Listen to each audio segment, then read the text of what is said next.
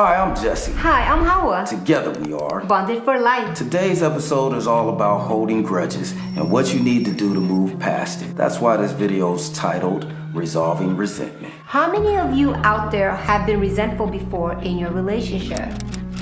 I have. Yeah, it's natural, it's human nature to feel resentful or actually bottle up anger and frustration that you have. If you want to have a successful, healthy relationship, it is very crucial that you go to your partner and speak to them about things that you are resentful about. Oh, I like that. That's right. That's exactly what you need to do. Yeah. Go to your partner and have open lines of communication. Now, resentfulness basically means that you are angry at something that they have done and you are just not over it.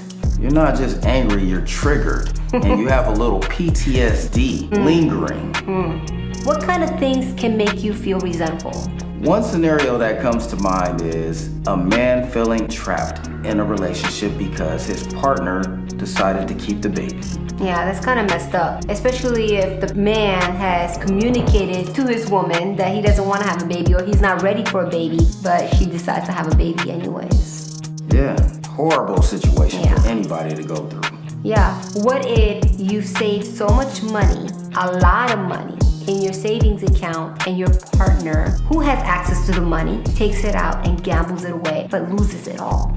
That sounds like poor management of the money on a bet. You know, some people really think that, like they can really go and do that. Yeah, they do. And you know what? For me, that's a deal breaker. What about family? You know, family is very important to you, and now you are either estranged from your family or you do not include yourself in family functions because they do not get along with your partner. Or your partner doesn't like your family and doesn't want to be around your family. So you're going to harbor some feelings and you're going to have a grudge probably built up, pent up frustration inside, and you're going to have resentment. Right. It could be something as big as cheating in the past, that you suppressed some of those feelings and you didn't discuss it. You guys didn't bring it out to the forefront, and now it's all just bubbling up inside of you. Right. Not only is it bubbling up inside of you, but all the little things that they do starts bothering you. Let's give some examples as to what those little things could be. Like the two of you are in the kitchen and you're eating and your partner just starts smacking on their food, something that they normally do, which is now amplified to the 1,000,000th degree. Yeah, or the way they laugh, or the way they sleep, or the way whatever, right? Yeah, any little thing. When you say sleep, we're talking about snoring, right? Well, anything. It could be the way they scratch, the sheets. I don't know. The way they scratch the sheets. With their toenails. That's her. Oh, with their toenails. Man, what the hell?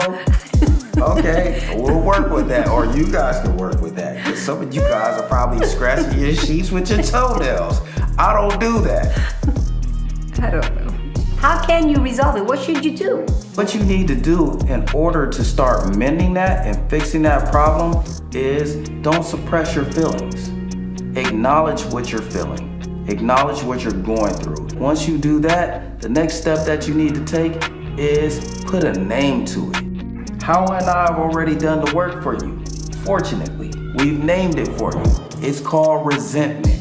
Resentment is when you hold a grudge against somebody for something that they've done to you in the past or in the present. Right. Now, after you've named it, bring it to your partner and let's have this conversation. You definitely need to have a conversation. We always talk about communication in our discussions. We talk about the processes that you need to do when it comes to communication, just digging in and discussing exactly what bothers you. Once you get that out, then you are on the road to recovery. Right, but honestly, you guys, I know you will get angry, you will get frustrated, you will bring things up that will hurt your partner. That's right. And they will probably bring things up that will hurt you, but that is part of the healing process. Now, it's healthy to sit there and listen, and like Jesse always says, I love it when he does that, it's the I factor. Where did you get that from? It's called the I statement. Oh. Not the I factor. The I factor sounds like we're on some kind of TV show where couples are doing something to win some money. The I factor. The I statement, which is I feel this way. I am hurt. I don't like you right now. I feel betrayed. I feel like I shouldn't trust you anymore. Whatever it is, tell them the reason why and how you feel about what they have done instead of saying you. When anybody comes to me with you, I build a wall. I'm sorry. That's true. Most people build a wall. Use I statements, people. Right. It always works. Because when you put the focus on yourself and you tell exactly what you're feeling and why you're feeling that way without pointing the fingers, people are more apt to listen to what you have to say. Right. And for those of you who made the mistake, now when your partner comes out and they get angry, I know it hurts and it's going to be hard not to be defensive, right? Right. But listen to them, listen to the anger. You may have anger too. You may have a reason why you have done what you have done, But it's very important that both of you listen to each other at that moment in order for the healing to start. That's right. Being a good listener is what everybody needs to do. I know it's hard at times to do that, but in order to make things work in your relationship, listening is a huge part of communication. That is a skill that you need to acquire. It is. Without listening and communication, might as well just get married to a wall. Get married to a wall, huh? I don't know. Now, in order for you to solve the problem, both of you guys to come to terms with the mistake that has been done or the resentment that has been brought up to the table, right? Mm-hmm. Now, we cannot rewind time and take the baby away or put the money back in the bank account. That's right. We cannot, unfortunately. But what we can do is acknowledge that mistake and say it will never happen again. Some things happen over and over again. What if you're like, dude, didn't I say I didn't want a baby and then 5 babies happen? Well, you need to set limits and you need to have things that are your deal breakers in your relationship. And that needs to be communicated so that you guys don't keep repeating the same cycle. Now, the money thing, that should never come up again. And ooh, that's gonna be so hard to forgive. You've taken all of our life savings and just listen, you out there, whoever that did that person loves you so much, okay, to forgive you. Real talk, because that's a deal breaker. Now, the person that has committed the atrocity in the relationship needs to be all in with fixing the problem. You are going to hear maybe some expletives. You're going to hear a lot of anger, a lot of yelling, but you need to remain committed to fix the problem that you caused, period. Right.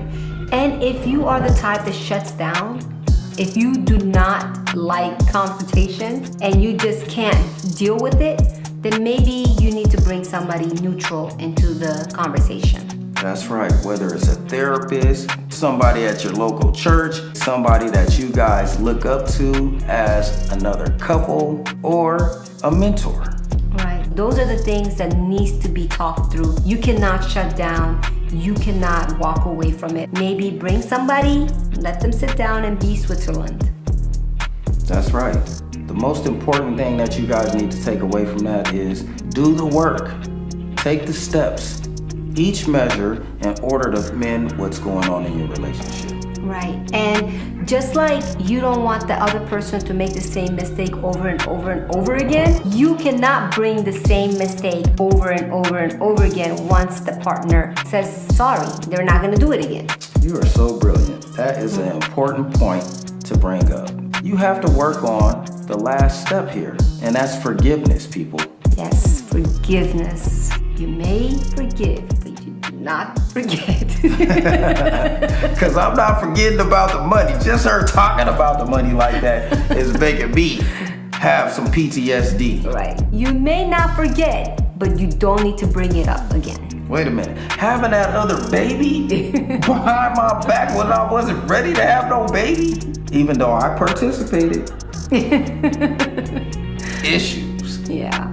I mean, everybody got issues, right? That's right.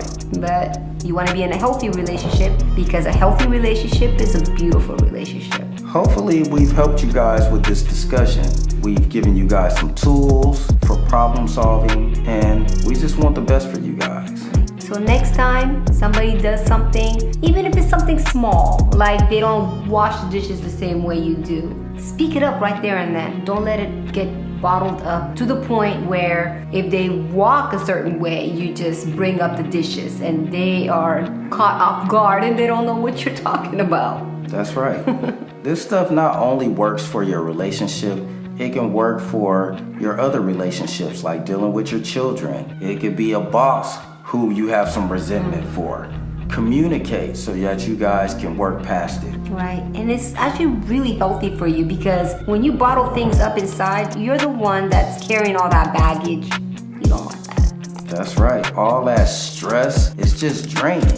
Fortunately, we made it. That brings this episode to an end. So, until next time, love each other, love yourselves, respect one another, stay bonded. Once again, I'm Jesse. And I'm Hawa. Together we are Bonded for life. Over and out, people.